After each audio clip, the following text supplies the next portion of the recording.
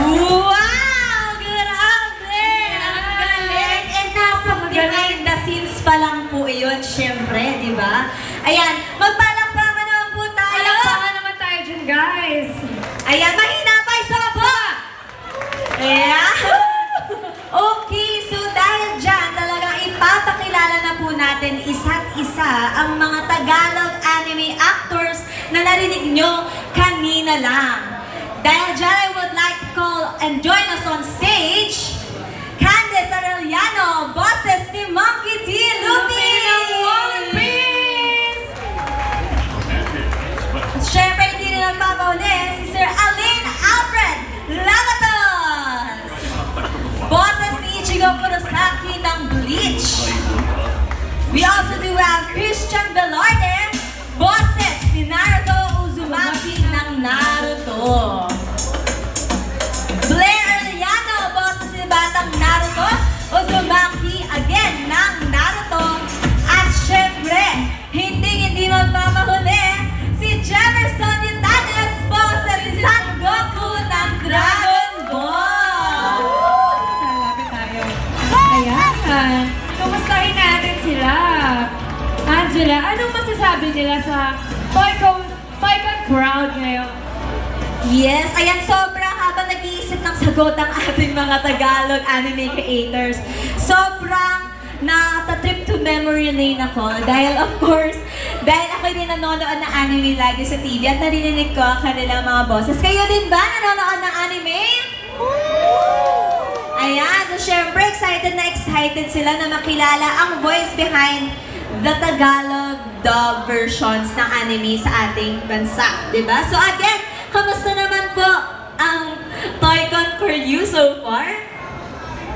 Ngayon lang ako nakapunta rito eh. Ano ba? Ay, oo nga. First time yun, First time ko nakapunta rito sa Toycon. Grabe! Hanggang ngayon, kinakabahan ako. Ayan, ikaw naman, Sir Alfred, anong masasabi mo? Are you excited? Are you Of course. kinakabahan din? Excited. First time ko ito actually. May mga nakalipot ka na ba sa ating mga booths? Mamaya, lilibot ako. So ayun, good afternoon everyone. My name is Alfred. Ako po ang boses ni Ichigo Kurosaki. Yes, okay. How about you, sir? Hello guys! Ako po si Christian Velarde, ang inyong Naruto for Naruto Shippuden. First time ko din mag-Toycon and we would like to thank Calico for having us here today na binigyan kami ng chance sa mga voice actor para ma-meet and greet namin yung mga tao. Thank you so much din sa pagsuporta niyo sa Tagalog dubbing. Yun, syempre mahalin natin ang sariling atin, di ba? And of course, si Yang Naruto. Ano naman nag-feel ng Yang Naruto natin? Magandang hapon po sa inyong lahat! Pepe! Yay! Iba pala ba sila? Pangalawang beses ko na pong mag-Toycon and nagpapasalamat po ako sa Calico Toys. Dahil kung hindi po dahil sa kanila, yung mga katulad po naming damer ay hindi po kayo makakaharap! Maraming salamat po sa inyong suporta sa amin! Hindi po namin kayo makakalimutan! Maraming salamat po! Okay, akala namin hindi po namin kayo tatantanan. Okay, Hi, sir. syempre si Son Goku po, nagaling pa pong planet Vegeta yan, sir. Ano pong masasabi niyo, sir? Kamusta naman ang biyahe? Ayun, napaka-traffic. Sobra. Buti nga nakarating pa ako. Akala ko hindi na ako makakarating eh. Ayun, maraming salamat po. Actually, first time ko sa Toycon, pero sa mga anime convention, lagi po akong laman ng stage, no? At first time ko itong magkakaroon ng signing event, no? With Calico Toys. Uy, si Ate Vilma! Isa rin po sa voice actor yan, legendary po yan. Yan, ang nagboses po kayo, no? Kay Sarah! Kay Princess Sarah, di ba? Wow, sample naman! Yan, nasa na po si Miss Lynch yan. At Sailor Moon pala. Oh, Sailor Moon. Ayan. Grabe. Princess Sarah, sa Maraming salamat na pala dito. si Ate Vilma Borromeo. Vilma Borromeo. Grabe, legendary na rin po yan. Sobra.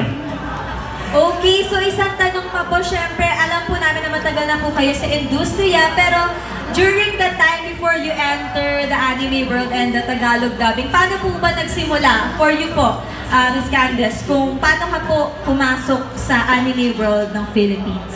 Like, paano mo ba na-discover na, ay, parang kaboses ko ata si Luffy, parang gano'n. Meron po bang ganong realization? Or is this your dream? Kasi ang mami ko, voice talent po sa DZRH, sa mga drama, sa radyo noon. So, ang aking playground ay ang studio noon ng mga radyo. Tapos, bale, nag-start sa movies, dubbing movies, tapos yung telenovela, tapos yung anime. Yung sa One Piece, nag-audition kami doon. Grabe, palakpakan po natin. Sobrang, kumbaga parang you were born for this talaga, no? For this world. How about po si Ichigo? Paano naman po natin na-discover and how did we start our journey with Tagalog dubbing po? Going bulilit ko. Ayun na kami nakaka-recognize po kay Sir Alain Alfred Labatos. Ayan. Medyo may paklu na po kung saan siya nagsimula. Anyway, nag-start ako sa dubbing na nag-on cam pa ako noon and then nag-off cam din ako, which is yun nga, napunta ako sa dubbing. Nag-audition ako pero hindi kagad sa anime. Nag-audition ako for a telenovela. Tapos, nag-dub din ako ng iba't ibang anime pa bago ako kinuha ng GMA. Actually, ang unang boses talaga ni Ichigo Kurosaki ay si Mr. Marky Shelo. The late Marky Shelo. Tapos ako na po ang nagtuloy ng legacy na nasimula ni Mr. Marky Shelo. So yun, isang karangalan din po. Sana mag-enjoy tayong lahat. Yun. Yes, so si Sir naman. Si Sir. I started dubbing hindi sa anime, Taiwanese. I auditioned also for the role.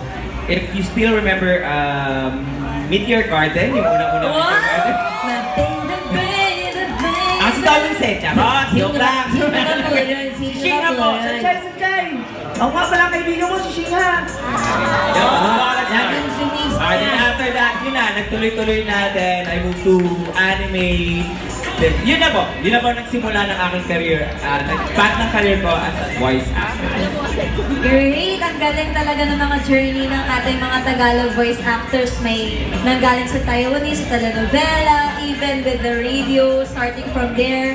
And of course, our last two Tagalog actors, paano po nag-start yung ating journey? If you want to share, or baka may mga tips din po kayo sa mga gustong mag-Tagalog dubbing in the future, di ba? Yung mga next generation. Nagsimula ako kasi yung dressing room namin sa Pwedeng-Pwede. Kaharap yung booth nung dubbing. So lagi ko narinig ito yung bumubukas yung pinto, may nagsasalita ng tarpon. So pumasok ako. Sabi ko sa director, baka pwede po ako mag-audition kay Danny Mandia. So ano sabi niya, pwede, may gagawin akong dubbing ito. English. English kauna-una yung Video and Adventures. So nag-English ako. Aba, akalain nyo, nakapasa. Ang problema, limitado lang po yung English ko eh. Ito po yung una kong linya.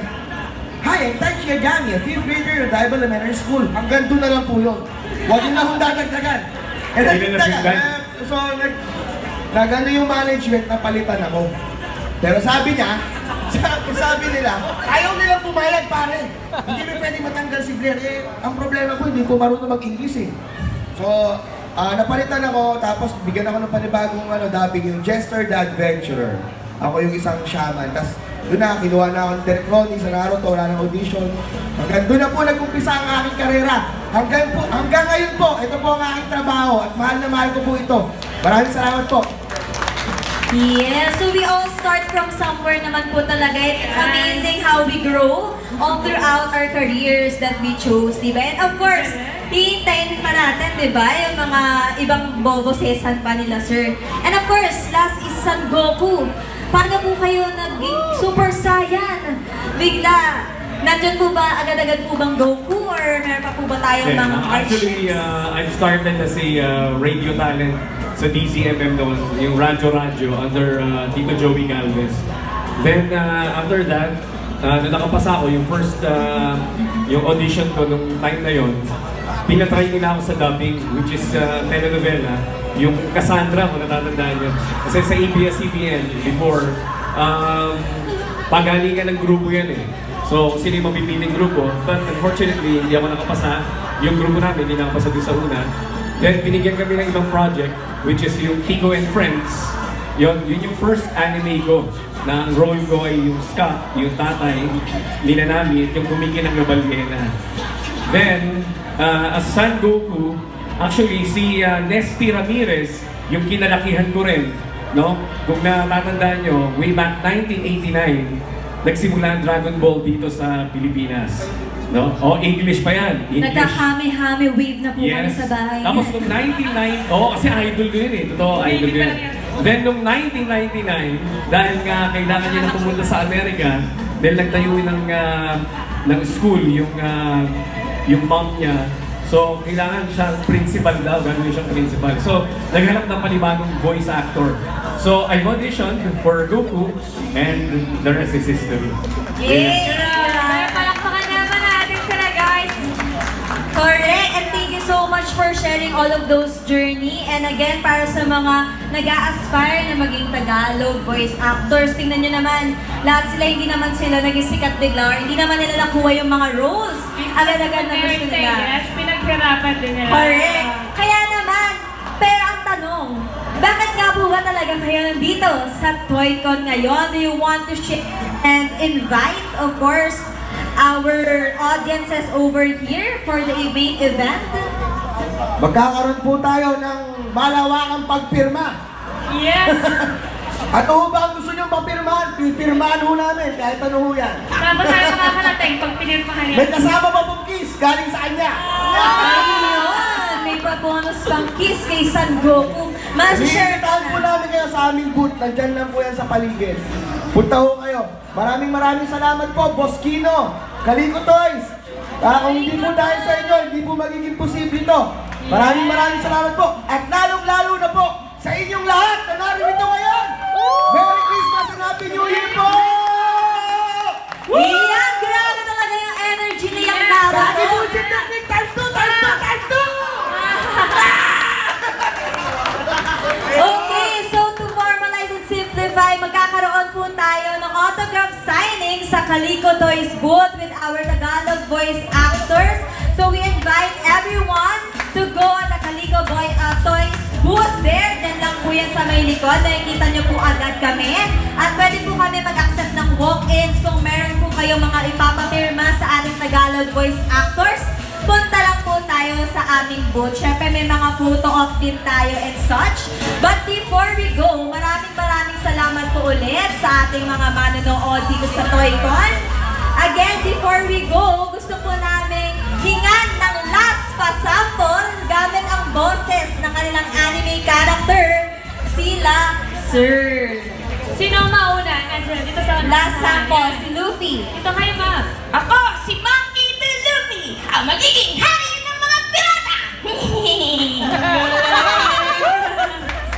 Si Ichigo. Bankai! Getsuga! Tensho!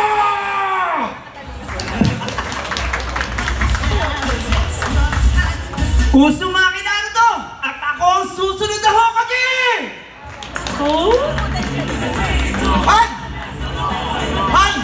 Anong pinipicture-picture niyo dyan, ha? Ako susumaki Naruto! At magiging isang Hokage ako balang araw! Ah! Kagibushi Technique times 2, times 2, times 2! Ah! Rasengan! O mga bata, kaya huwag kayo mawawala. Hanggang sa susunod natin pagkikita, wala munang paalam, kami, Hame, Way! Yes! Maraming salamat po sa ating mga Tagalog voice actors. At photo lang po saglit tayo. Ayan, makapag-picture po tayo sa kanila. 1, 2, 3, smile! Yay! Again, iniimbitahan po namin kayo pumunta sa aming Kaliko Toys Ayan, last booth. picture na lang po para sa ating official photographer. Sir? Okay, picture lang daw po muna. Sama po ating mga audience. Lapit lang po kayo.